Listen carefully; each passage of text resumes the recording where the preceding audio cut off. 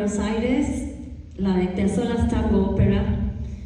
I was born in 1970 under the civic military dictatorship of Juan Carlos Onganía, followed by 2 presidents of the same regime, a period of democracy under Cámpora, Lastiri, Juan Domingo Perón, and María Martínez de Perón. On the 24th March 1976, there is another coup, and the violence junta of the process of national reorganization, their own words, imposes itself with an obsession for destroying its own people.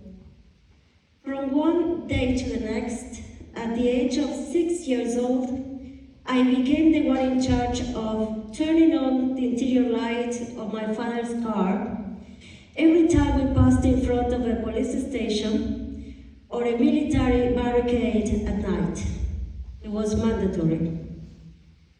When I came back from school one afternoon, I remember seeing 2 patrol cars with several policemen loading machine guns, banging with such violence on Yaya, the neighbor's door. They took away her grandson. I had so many questions that would not find their answers until several years later. Why? Why did my friend's uncle have to run away to Miami? He only wrote the television scripts for Tato Bore's programs, which made people laugh so much. Why did Jorge escape to Geneva from his class at the Nacional Buenos Aires if he was such a good student? Why did they send my friend's brother, with whom I was in love, they sent him to Malvinas? He was 18 years of age and had yet not finished high school. And the nuns, making us knit scarves for him and many other conscripts, and buy chocolates that never reached the islands. In 1983, democracy returned to our country. My father and uncles all repeated Alfonsin's gesture with their hands. Remember? Alfonsin was the first democratically elected post-dictatorship president. There were some, though only brief, reports about the crimes committed under state terrorism on the news. One morning, when I was a 13-year-old student, a teacher entered the classroom and excitedly informed us that the student rep centers were back. We need a representative for each class to defend their rights in front of the school, she told us. Fear ran through our veins, and I am ashamed to say that no one raised a hand to volunteer for the role in my school during that first year of the first democratic year. Little by little, the mechanisms of democracy were teaching us that our programs still smelled of dictatorship. Already in democracy, we kept asking ourselves why we were being told that our school was receiving bomb threats. It was part of a continuing campaign of fear.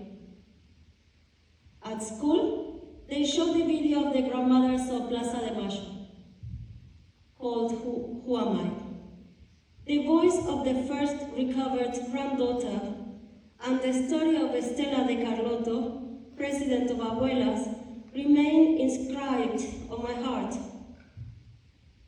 A few blocks away from my house, at the Urquiza High School, El Urquiza, de Flores, a film titled The Official Story, or La Historia Oficial, was being made.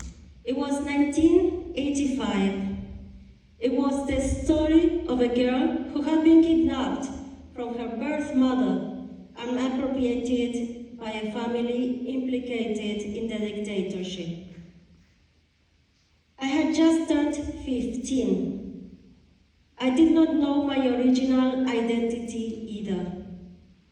Another kind of pact of silence reigned in my family, who raised me. At the age of 6, I was told without anesthesia that my mother was not my mother, and if I misbehaved, that they would change me for another girl. I would rummage through all the cupboards in the house, looking for any information about my real mother. I had so many questions, but only one name, that of the midwife who had sold me with an apocryphal birth certificate. 33 years later, whilst Googling her name, I came across a collective called Victims of the Network of Midwives. Here it is.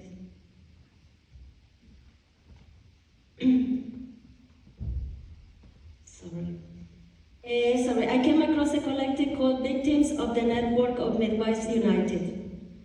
Some of its members had been trafficked by the same midwife. The birth certificates had been signed by the same corrupt government official at the same civil registry. My identity is brown. Blonde babies were more expensive.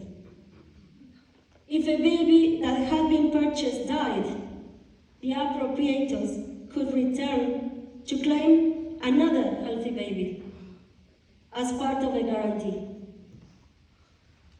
During the COVID lockdown, I participated in the collective's first Zoom.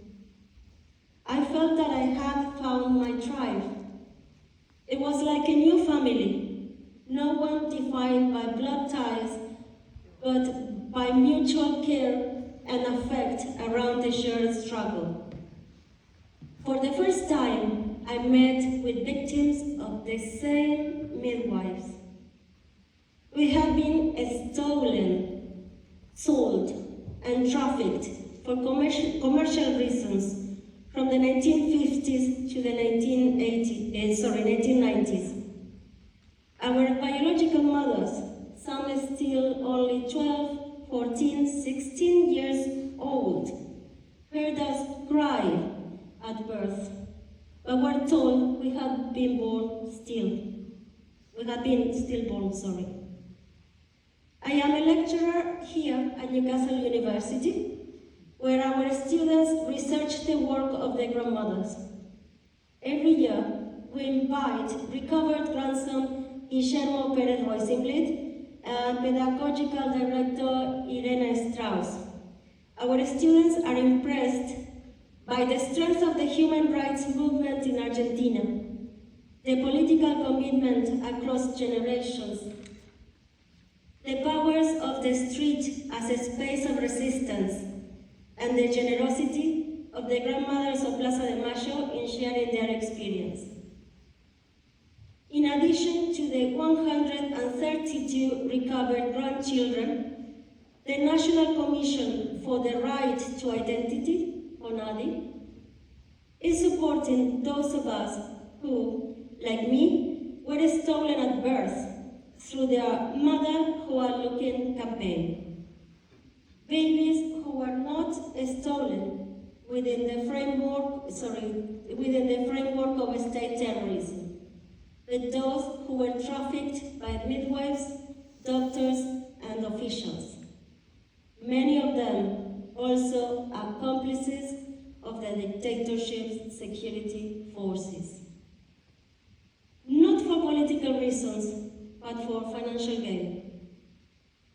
Justifying this crime with a discourse of salvation and charity. They took advantage of these young women. Behind these crimes lies an ideological matrix that might be placed in dialogue with violent and exclusionary demographic politics, the mother and baby homes in Ireland, the residential schools in Canada, re-educating indigenous children as part of a cultural genocide, or in the forced abortion and/or sterilization clinics that France installed in La Réunion. In all the above, maternity was brutally controlled. I was born in Buenos Aires, in Argentina. I was trafficked and sold by a network of midwives. I don't know my real date of birth or my biological mother's name. My birth certificate is apocryphal.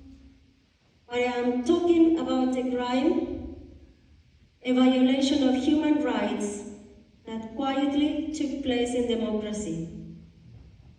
As the Argentinian feminist movement, Ni Una Menos, reminds us, patriarchal continuities obstinately underpinned the transition to democracy.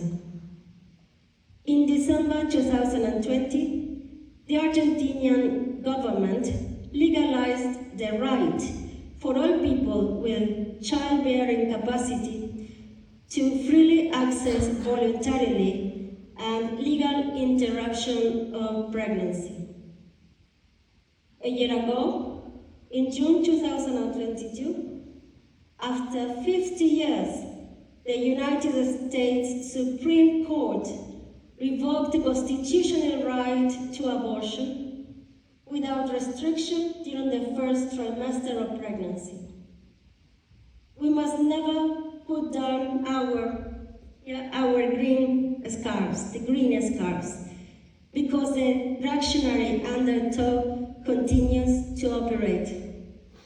Thanks to the activism of our collective and approximately 800 other groups all over the country, the long-standing struggle of the grandmothers and the CONADI program, this human right is becoming a state policy. We are campaigning for a national law of original identity for those mothers from whom a child was stolen, and so that those of us who were appropriated can know their true identity.